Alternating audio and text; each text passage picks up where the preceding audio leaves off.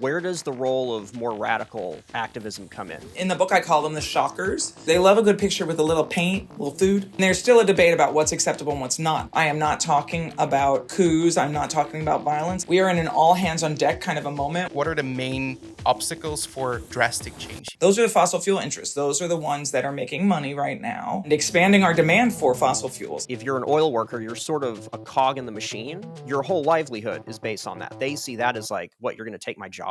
Individual actions versus the systemic change. I think it's time to demand change. Take advantage of our democracy, at least while we have it. You also set forward two other pathways, which I think are a little bit more happy. Hopeful, yeah.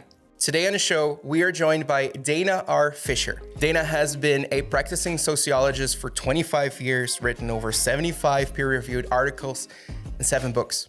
And today we're here to sit down and discuss, well, her latest one, Saving Ourselves from Climate Shocks to Climate Action. And in between all of that, she somehow found the time to also be a contributing author for the IPCC 6th Assessment Review. In this episode, Dana helps us to understand how business, politics, society are all working together or maybe failing to do so when it comes to climate action. We look at the biggest challenges in addressing the climate crisis and why activism in almost all forms and shapes is so necessary to help us push back against the systems that are in place. In short, this episode is all about the social change we need, and it covers quite a lot of ground. So if you enjoy it, subscribe it to not miss any of the next episodes. Here's our conversation with an apocalyptic optimist. I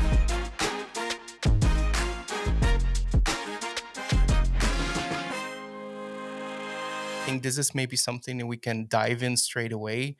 Is that AnthroShift that you talk about. Can you explain a little bit about what that means? How could that look like in the future? Sure. So an AnthroShift, originally, it's a social theory for social change around the environment.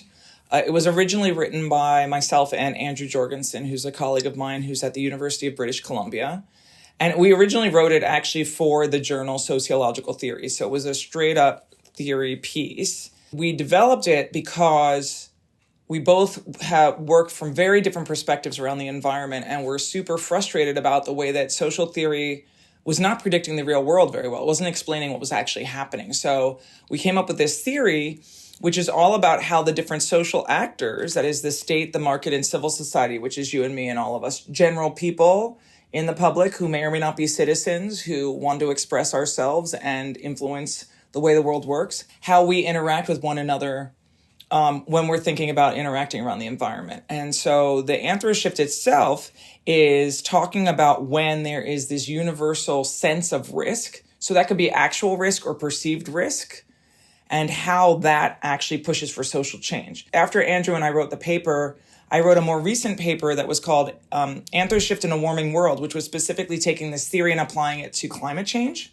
And actually, that is what the book is building on, is this kind of more accessible piece that specifically uses the COVID pandemic to help us understand how much risk we have to feel to get the kind of lasting systemic changes that are needed. In the paper and in the book, what I talk about is how when the pandemic started, we all started to feel this, this threat that we might actually be at risk of getting sick, right? Or of passing a disease on to older people who could get sick, younger people, people who were immunocompromised. And as we started to feel more and more at risk that could happen, all of a sudden there was this window of opportunity that opened for making real change. And around the world, huge changes happened. Governments made very big decisions. Businesses made big decisions. We all decided to stay home. I mean, there were some laws in place about what we could and couldn't do, but we all made personal decisions too. I ended up homeschooling my kids for, over a year. We all, we didn't assemble for holidays, et cetera, and so forth. So the world changed quite substantially. So that was an AnthroShift, right? This window of opportunity opened. What we see is this reorientation about the state, the market, and citizens interact with one another. But what we find in the theory of the AnthroShift is that the world can change, but it's what we call multi-directional, which is that things can change and then they can change back. And there's some really good examples of this after extreme events, after disaster. And I think the pandemic provides a really great example, because what we basically see today is that the world has gone back in a lot of ways close to normal, to what it used to be. Most people don't wear masks anymore. Most people, go to public events again, right? Kids are back in school.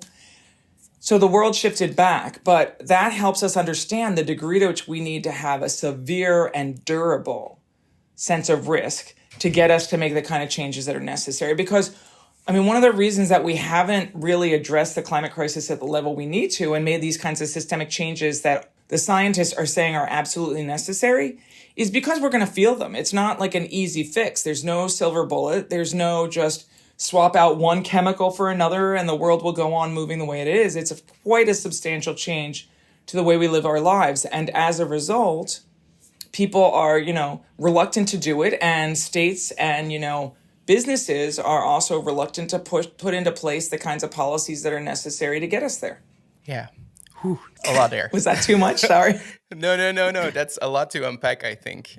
Charlie, I saw you think a little bit there. I think you're exactly right. And I think COVID really showed what can be done if there's an immediate risk. Mm-hmm.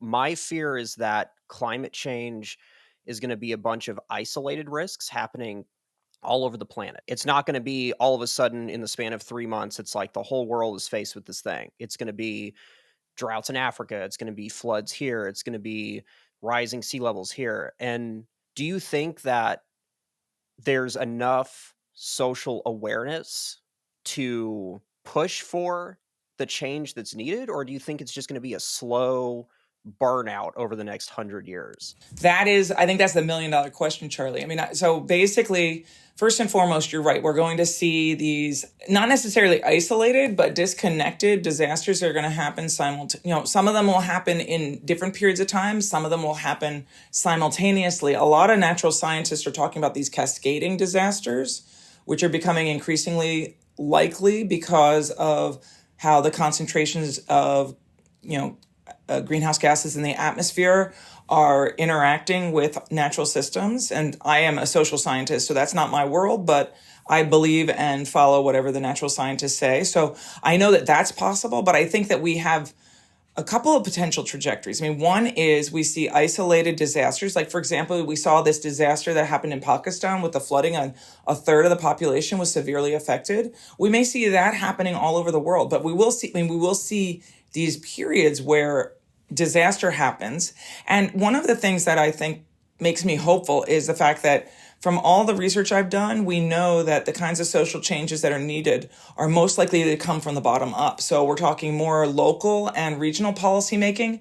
I don't believe that we're going to see a moment where internationally the climate regime is going to shift and all of a sudden create the kinds of top-down policies. Because even when the climate regime was going through the early, more optimistic period, in my perspective, we always knew that there was going to be national resistance to implementation from the top down.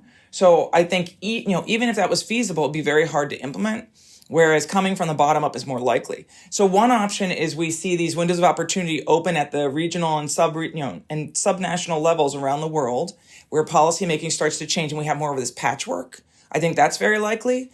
Another option is that we see this cascading that some of the natural scientists are predicting are coming quite soon, which means there'll be multiple disasters happening simultaneously around the world.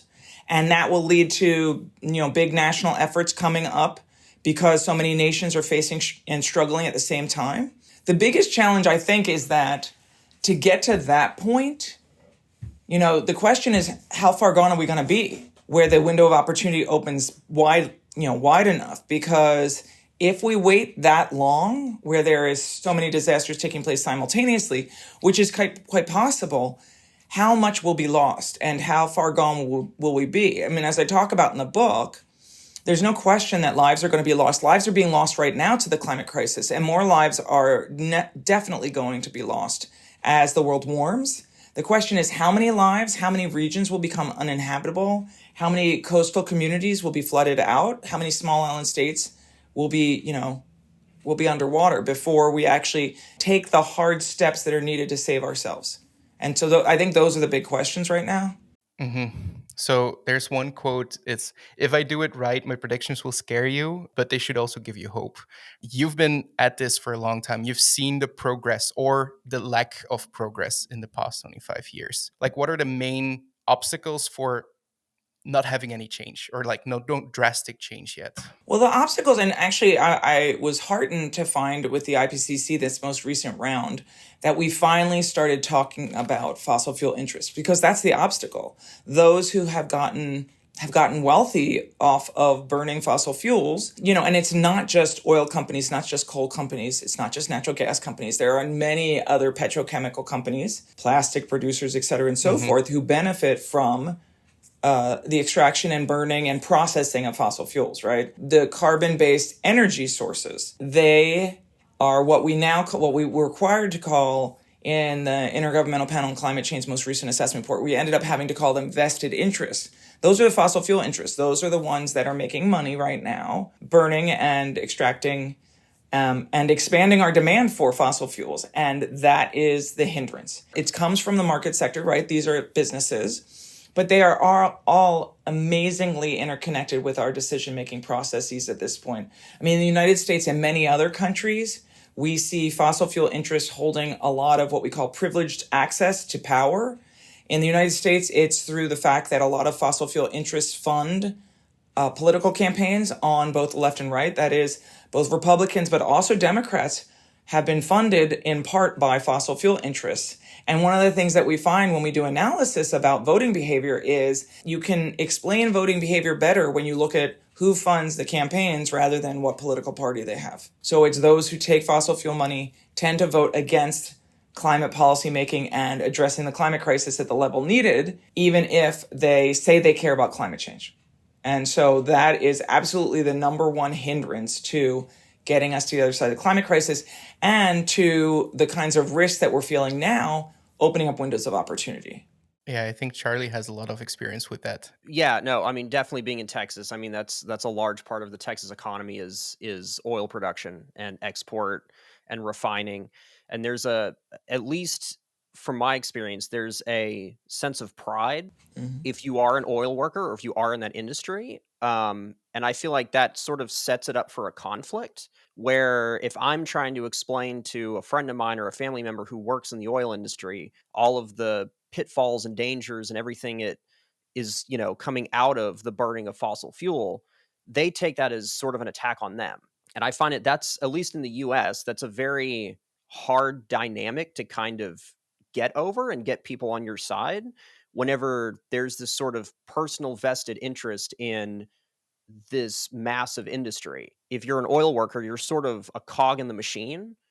Your whole livelihood is based on that. So this idea of like, oh, we're just going to stop oil, we're going to transition away from that. Somebody who isn't as worldly or as, scientifically literate on the topic, they see that as like, what, you're going to take my job? That's an absolutely huge social hurdle. I mean, and it's interesting because I know that the Biden administration has started to think about energy communities, so energy dependent communities, which are those communities that are extracting the fossil fuels, and thinking about how to transition people who are in those jobs in ways that help to support them. I mean, one of the things I find really interesting, and it's very similar to the story you just told about in Texas, is when I was doing some of my research around climate decision making. So I was interviewing folks around the country around this as I tried to understand who supports and who doesn't support specific climate policies over the years.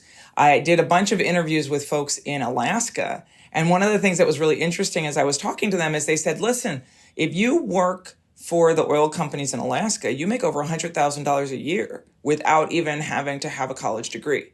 And until there are jobs that are at the same level that are in the clean energy sector or alternative positions that pay the same way, it's impossible to argue with that. There are absolutely structures in place, and fossil fuel interests have put those structures in place to create an identity. And the other thing that I think is really interesting, and I talk about this a little bit in the book, is that folks who work with the fossil fuel industry mostly are working through union labor, right? So they are unionized, most of these plants, et cetera. And to date, there have not been unions who work in the clean energy sector in the same way. So if you're working building an electric car versus building a fossil fuel-based car, if you're building a fossil fuel-based car, you're union labor. And if you're working in, say, a Tesla plant, you are not. And that is a huge challenge. And that creates more of a sense of identity when you are unionized and you feel like you have a connection through the work that you do. But it also is a challenge that I know there has been some efforts to start to address.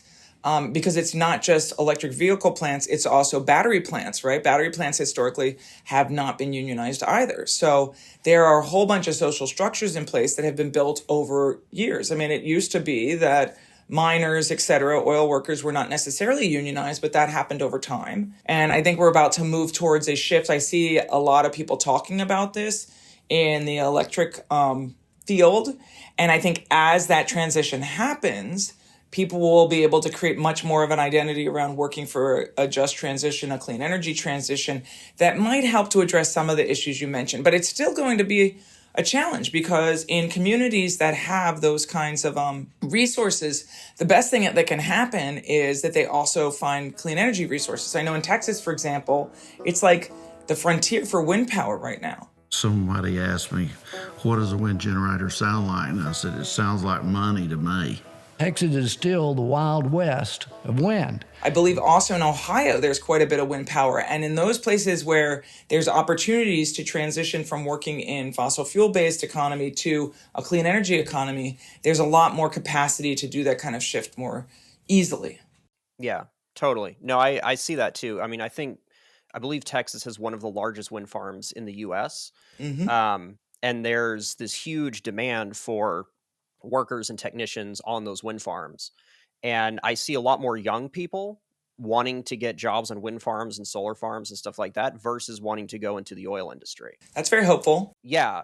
I mean, that's totally anecdotal, but do you, like, with your research and your work, have you seen that on more of a global scale? Do you see young people leaning more towards understanding, or is it still just sort of based on who had what education? So first and foremost, young people across the board, doesn't matter their political ideology, and we've seen this in international surveys, young people care more about climate change and do tend to understand it more because they've learned about it in school. So there's that. But at the same time, there's also then more interest in working in the clean energy sector, working for what's against climate change, but for the environment or for the climate rather than against it. So we've seen that. I'm doing some work now with a bunch of the different agencies within the Biden administration who are building out the federal service corps programs that exist already within AmeriCorps, within the National Park Service, within the USDA and the U.S. Forest Service, that are starting to create some training opportunities for young people to do clean energy and climate work. So they're calling these like green jobs, which we've seen before, but they're expanding that. Many of them are getting rebranded to be part of this American Climate Corps.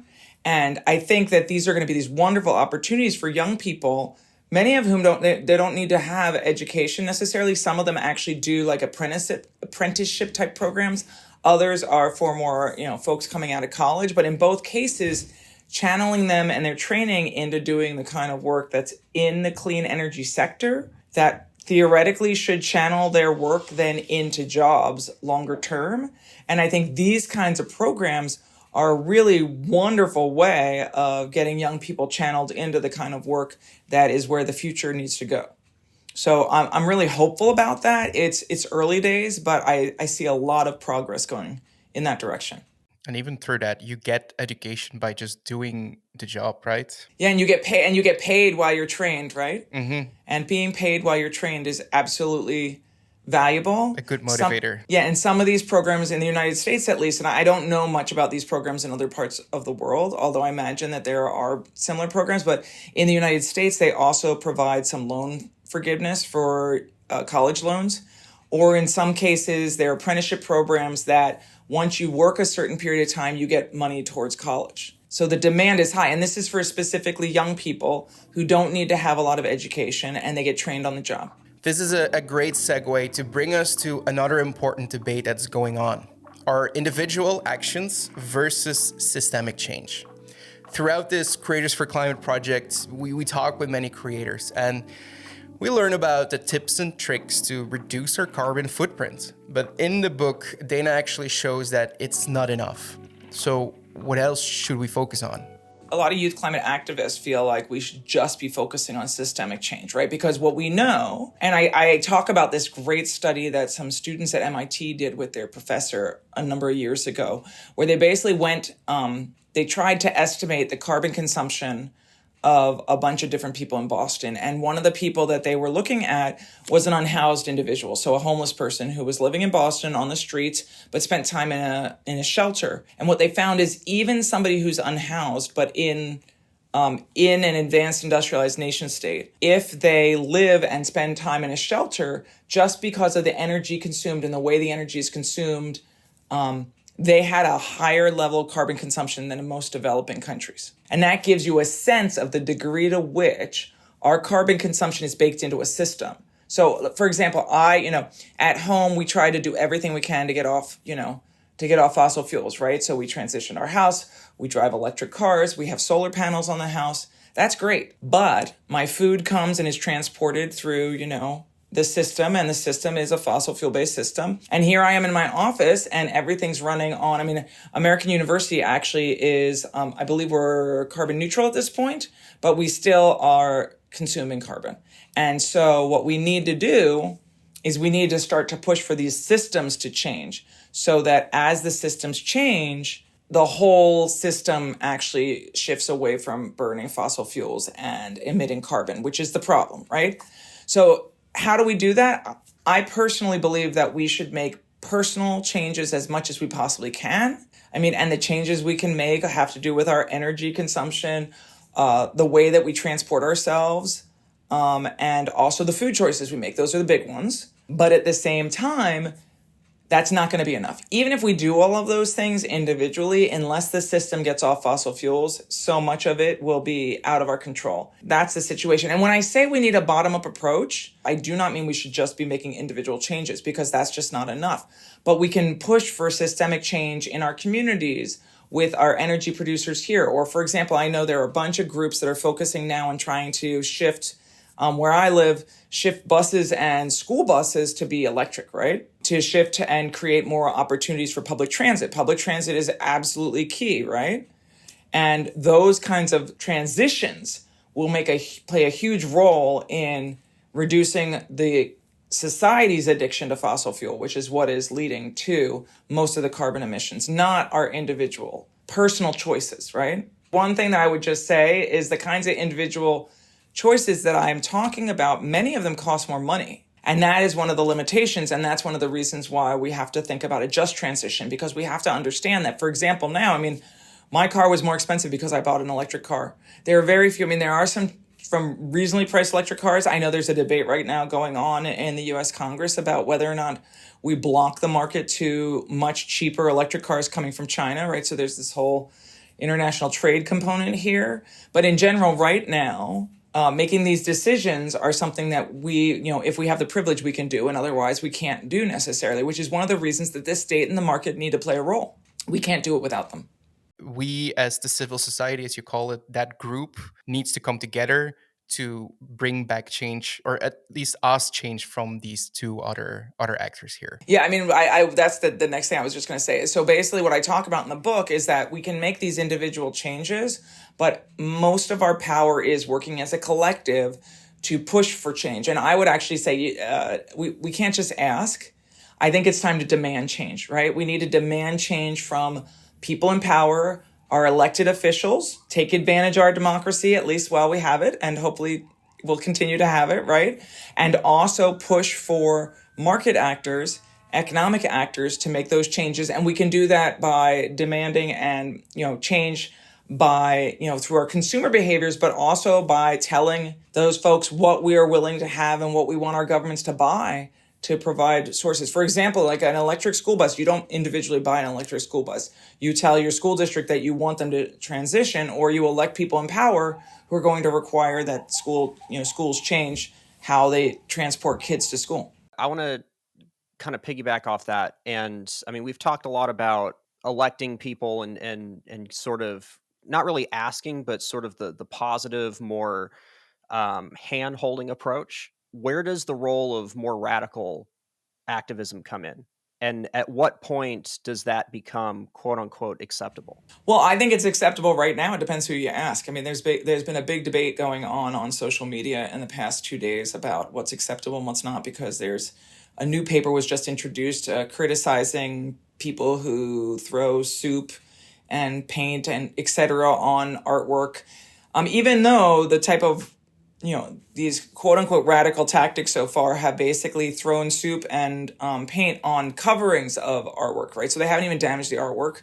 They've just damaged the frames, if they've damaged anything at all. So they just have to get swapped out. So, I mean, there's still a debate about what's acceptable and what's not. But I believe, as far as I'm concerned, given where we are in the climate crisis, given how much we're starting to see the effects of the climate crisis in the ways that weather patterns are changing, in temperatures right now, in sea temperatures, which are terrifying if you've looked at any of these charts, in terms of the fact that we have broken records like every month for almost a year now, and the average temperature has gone above 1.5 degrees average warming. Which does not mean we have surpassed the targets from the Paris Agreement, but it means that we are on track to surpass it quite soon.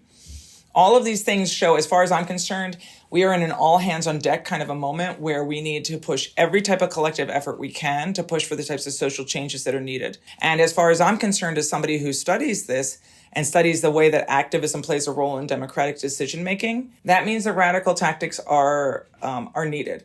And when I say that right now, I mean, I think that, when we look at what we're seeing more and more activists engaging in nonviolent civil disobedience, which is the kind of radical tactic that I'm talking about here. I am not talking about coups. I'm not talking about violence. I think that violence can be counterproductive. We have seen some of that in the United States coming from the right in recent years, particularly January 6th. But that is not what I'm talking about. And we have not seen any evidence that activists currently are thinking about transitioning to more violence. What they are transitioning to is this kind of radical way of engaging in nonviolent civil disobedience, which is disruptive to our everyday lives, but is very peaceful and is all about drawing more attention to the climate crisis. So whenever I see, on the news or on social media of somebody, gluing their hand to the street or throwing soup on a painting or something like that, in my mind, I'm like, that gets a headline. That gets people talking about it. Even though the actual action itself, everybody's debating in the comments on, oh, they should have done this, they shouldn't have.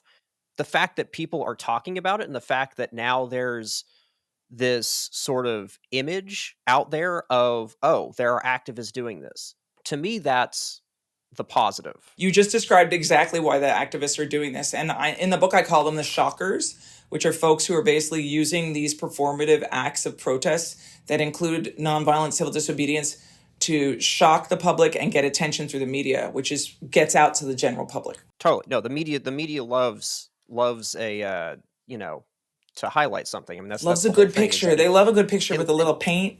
Yep. Totally. A little food. And do you in your research and your work, do you find that the positives of that, of getting the message out and getting people talking about it, outweighs people getting turned off by it, by seeing that and going, oh, these people are crazy?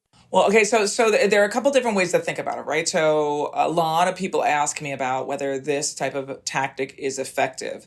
And it depends on what you're measuring as effectiveness. I mean, is throwing soup on a painting going to reduce the carbon consumption of the United States of America or of, any country for that matter? No. Is it going to draw attention to the climate crisis? Absolutely. And we've seen many, many examples of that. You can just look at it in terms of the number of headlines these folks have gotten. Or there was a really great discussion about this that happened right after the soup toss that was at the Mona Lisa in France. That's a big one. Yeah, there was a big debate going on online. I mean, the thing is, it was a big one, but what was amazing was that Louvre, they were prepared for it, and they basically brought these black screens and put them up within 2 minutes. You couldn't see, right? You couldn't see the activists. You couldn't see the painting, I think, went down into its safe space anyway, but it blocked it out. But they got that video. But what was amazing about it is there was this whole debate going on online, and then somebody posted the front page of the Washington Post, which was a picture. It was a video of the young people throwing the soup. And then next to it, it was the organization and their demands right next to each other. Front page, Washington Post. You can't pay for that kind of advertising, right? That's why they're doing it. And folks like me get called up to talk on all of these interesting media outlets. And, it starts out with, oh, look at what they did. Can you believe it? And then after we have the conversation about why they did it, I end up saying, well, this is why these people are feeling that it's so concern worthy that they are actually taking time to get arrested and engage in this act of civil disobedience. And that is that's the whole conversation. And in a lot of cases, we've seen evidence that shows that these types of actions do not get a lot of support generally from the public, but the general public tends instead to draw attention to the issue, and it gets more attention and support from moderate factions of the movement, right? So one of the ways that I collect my data is I survey protesters. So I was at the March 10 Fossil Fuels, which happened in New York City in September before the big UN meeting happened. There were 75,000 people in the streets of New York City. So I go out with a team of researchers and we go through the crowd in teams. So we we take random samples throughout the crowd so that we have a general sense of the opinions of the crowd, right? So we collected data at this protest, and I added to the survey that I usually ask, I added 2 questions that said, do you support organizations engaging in nonviolent civil disobedience, such as, and I listed sit-ins, disruption, throwing food, etc. So I had a whole list of them, right? So it was the stuff that we've been seeing. And I actually thought what I would get from this is that I could do some analysis about who supports and who doesn't support these kinds of tactics. See if it's people who are more, have their political ideology or their age or their education or where they're from. We could do some really interesting things, but I couldn't do it. Not one person in the crowd did not support organizations doing this action. They all either supported or strongly supported. And this was people who mostly had no participation or experience in nonviolent civil disobedience, but they were still supporting the tactics because they felt like it was useful for the movement. So, the people who make these claims that it turns off activists absolutely doesn't do that. There's evidence that it draws support to more moderate factions of the movement, but we do not have evidence specifically from these direct actions yet. We need to do that research. Somebody needs to fund that research, I can tell you that. But right now, we know a lot about this from history, where there have been a lot of other examples of the radical tactics being used in the civil rights movement, in the women's movement, in women's suffrage. And so the evidence from those occurrences and those movements tells us about what we should expect. And I haven't seen anything to show that that's not the case in this movement as well. Now, something interesting that I read in a book and I didn't realize before is that these actions, they're not always standalone events. Although that's what it seems like when you just come across these videos when you're watching the news, watching TV, or scrolling on social media. Sometimes they don't even show the demands or reasons behind the action. But what seems to be the case is that climate activists actually have a plan. And multiple events after each other, they grow this movement and build this kind of public platform for climate action. In addition to the shockers whom we talked about, and those are the soup throwers and a lot of the folks who are doing these performative actions to get media attention, there are talk about other groups that are engaging in civil disobedience right now, whom I call the disruptors. And the disruptors are different in that they use nonviolent civil disobedience to get attention, but it's part of a broader, what we call in my world, a repertoire of contention, or part of a broader campaign, right? So a good example of this would be the folks who are engaging in the divestment movement. They're trying to divest, a lot of students are trying to divest their schools from fossil fuels. So they work to lobby their schools. They work to get general support from the student body. They work to get the faculty to be on board to push from the inside to get the school to stop making money off of fossil fuels.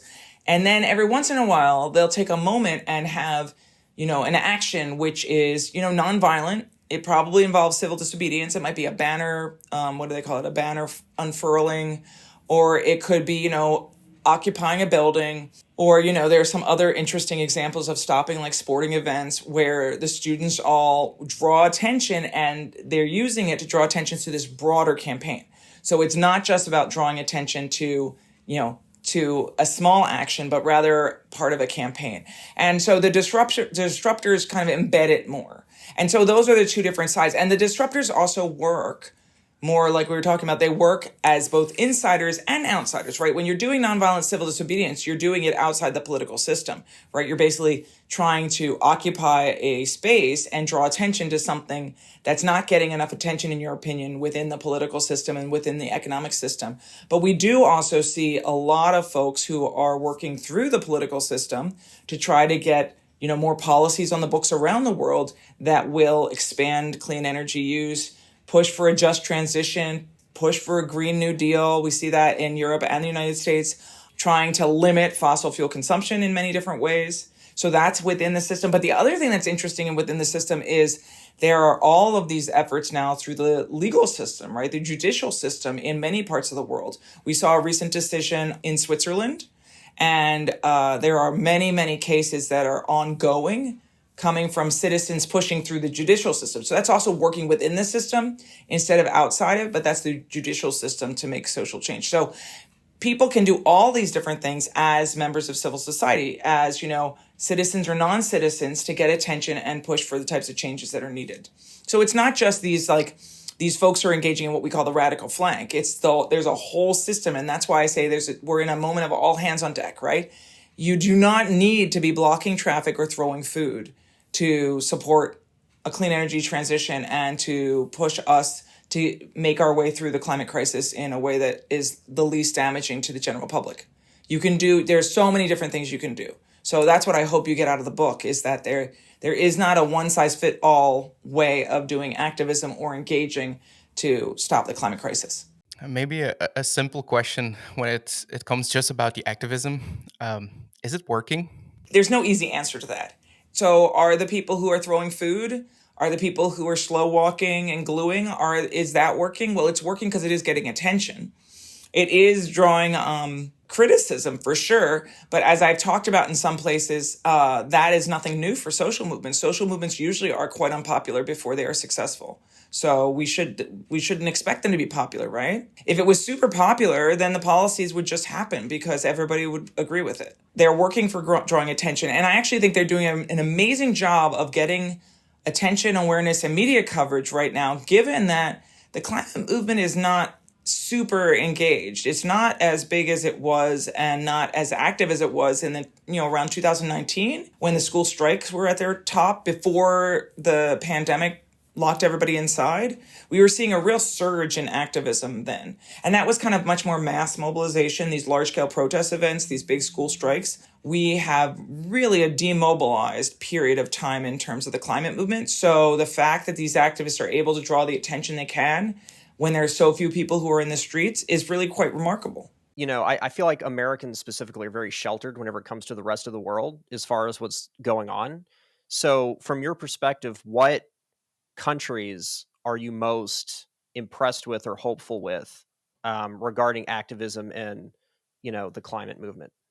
As the activism gets stronger, the state will push back, right? And we'll see more draconian efforts to limit people's capacity to engage. So in some ways, this is going to be kind of a weird thing to say, but I actually think that the places where we're seeing the state pushing back, like in the UK, are some of the best examples of where the movement has really started to gain momentum. And the fact that they're getting attention now for limiting your ability to hold a placard and sit on a staircase is really evidence to, first of all, the fact that the state is really afraid. And second of all, shows that the movement is working, even though now the stakes are higher. But I think that we were never going to get to the other side of the climate crisis without the stakes getting really high. And I think we're going to see that more and more. And I think we're going to see a lot of violence and repression against activists. So this is what you mean with the moral shocks? Mm-hmm. So, I mean, and when I talk about this in the book, I build off of what we know from the civil rights movement and other movements where as the activism gets more confrontational, not violent, but confrontational, right, kind of affecting people, be it through sit-ins or slowing the slow walking of traffic, which I imagine is extremely frustrating if you are trying to get somewhere. As that happens, what you're going to see is, first of all, repression from the state. We're going to get more aggressive security and police responses, but we're also going to see counter movements. And those all are going to basically, even though the activists are being nonviolent, is going to lead to violence. Violence against the protesters, violence against the activists. And I talk about moral shocks when I talk about the fact that historically it's when attention is raised to the ways that activists who are being nonviolent are being treated, that lots more people join in the protests and the struggle. So it is a great way to expand and mobilize more people, but it is also really unfortunate that it has to work that way.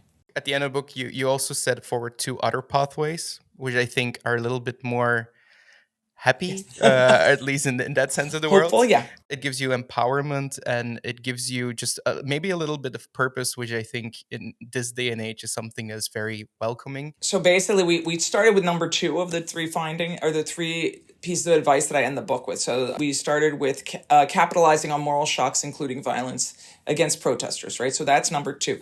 Number 1 is also for activists, and it's actually about creating community and solidarity. And we talked earlier about connecting with labor, connecting with other movements, and embedding those movements within actual communities and within organizations that can support them. And there aren't as many communities as you might expect that exist in a lot of advanced industrialized nation states today that support this kind of work. But there are some religious communities, but there are also schools, university communities. One of the things that my colleagues and I are working on is thinking about libraries and the ways that a lot of them are working to combat misinformation around climate. And they can also create community and homes and support for folks who want to work to push against fossil fuel interests and push for a clean energy transition. So the third one is cultivating resilience, which is what we were talking about just a moment ago. And when I talk about resilience, I'm talking about both environmental resilience, that is creating the capacity for our communities to withstand the kinds of climate shocks that are coming. That is severe temperatures, that is extreme weather, that is sea level rise, flooding, hurricanes, tornadoes, atmospheric rivers, all of these different types of extreme events that we're going to be seeing more and more. So we need to prepare and build for that. I was at this conference recently that was organized by the insurance industry, and they were talking about how all the building codes that we see today were built for a time before climate change, right? And so most buildings are not designed to withstand the kind of extreme events that are coming. So we need to think about that in terms of cultivating resilience in our communities, especially as we have to not just recover from extreme events or disaster, but also rebuild, right? Mm-hmm. So there's a kind of 2-stage process when you're dealing with disasters. The first is response, like you respond to try to make sure everything gets addressed. And that's where we see like what we call the mucking and gutting period, which is where you have to clean out, like burn out houses from wildfire or places that got like mud and dirt and water through them, right? From a flood or an extreme, storm or something. Or, just getting rid of debris if it's an extreme storm. And then there's recovery. And recovery is where you actually rebuild. And what needs to happen is we need to rebuild thinking about how to be resilient about these shocks that we know will come. The other side of it is to create social resilience. And that's something that we don't talk about enough when we think about climate change or environmental issues. And that is the fact that we know that communities can handle shocks better when they're more connected, when people are embedded in their communities. And this is something that I think that everybody who cares about climate change should think more about, because a lot of people who think about climate change spend a lot of time on their phones and connecting virtually with the communities that they care about. And we know that it's a lot harder to have the kind of reciprocity you need in a place where you're going to experience the climate shock when you're spending all your time online. When an extreme event happens, it's your friends and neighbors who are going to be there to support you when you need to find food, you need clean water, you need to find, clothing or support for your children if your school's destroyed. And these things are going to happen. They're going to get flooded, they're going to get burned, they're going to be, there's going to be all this need for our societies to be more resilient. And so that's the other side of this. And I talked a little bit about these Service Corps programs that are starting to do this in a lot of communities in the United States. I know programs like this are starting to spring up in other parts of the world. And I think that we should be absolutely supporting them. You don't need to be an activist to do this kind of work. You just need to be a member of your community and a member of your society. And I think that is one of the best things that we can all do to save ourselves. So I have a very short story here, but it's super relevant to everything you just said. Is it the one that you always bring No, up at the podcast? it's not. It's not Okay. the local one. This is a different one. So I went and participated briefly in the Dakota Access Pipeline protest at Standing Rock. It was very eye-opening at the time because of the community that sort of formed from all of these strangers that were there with a shared goal. I was there through the perspective of somebody who, was climate aware, who sort of understood the larger context of, oh, this is a protest. Just happenstance, a few years later, I was doing a totally separate documentary project. And one of the subjects of the documentary was this guy, Jesse, who his family was pivotal in starting the protest. I was talking to him about it, and I was just sort of, telling him my story and what I got from it.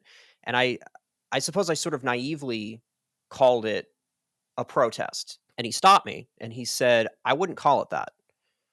And I was kind of taken aback and I said, well, I mean, what was it? And he said, it was supposed to be a movement and it could have been really beautiful. I guess a protest is sort of a temporary thing in time. And so whenever you talk about community and you talk about getting involved, how do you do that? Like, what are some of the ways that you can sort of mindfully and respectfully get involved where you feel comfortable?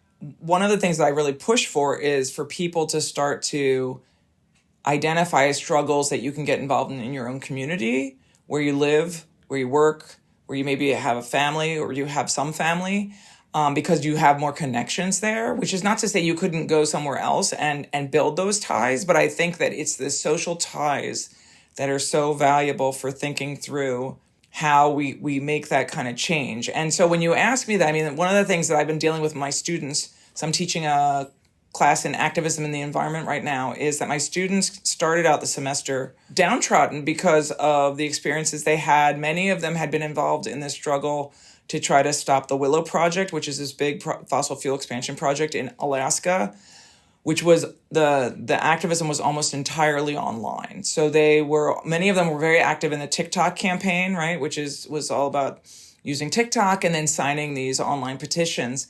And they came in saying that they were just so frustrated that it didn't work. I mean, and your Standing Rock example is a really good one about getting connected with a community, even if you're not part of it to begin with. And so one of the things that I've said to my students is, think about how you can actually, connect more than just, by doing this, right? Because that's me scrolling, right? Because I don't think that that's enough. I think it really needs to be about being there for one another. I mean, for example, one of the things that we know happens when disaster hits is we lose power. And that means that cell phone that you have is going to be useless to you.